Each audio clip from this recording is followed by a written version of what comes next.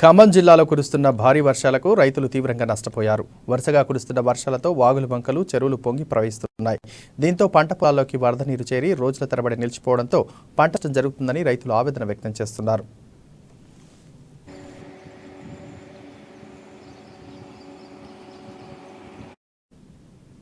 ఖమ్మం జిల్లా పెనుబల్లి మండల పరిధిలోని మండలవాడు వాగు పొంగి వర్షపు నీరు పంట పొలాలకు చేరింది.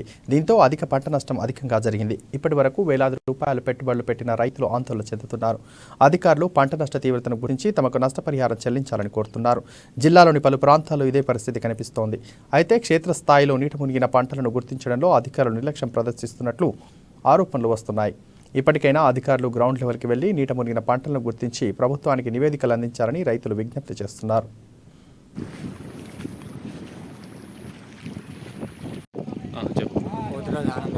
పెద్దగా మాట్లాడాలి. పోతురాజు ఆనందరావు. మీ పేరేంటి? పోతురాజు ఆనందరావు. ఏ ఊరు? మండలపాడు. ఏ మండలం? పెనుబెల్లి మండలం. ఏం జరిగింది ఇక్కడ? బాగు మొత్తం బొరిలి పొలం అంతా మునిగిపోయిందండి. మీ పొలం ఎంత? 2 ఎకరాలు ఉంది.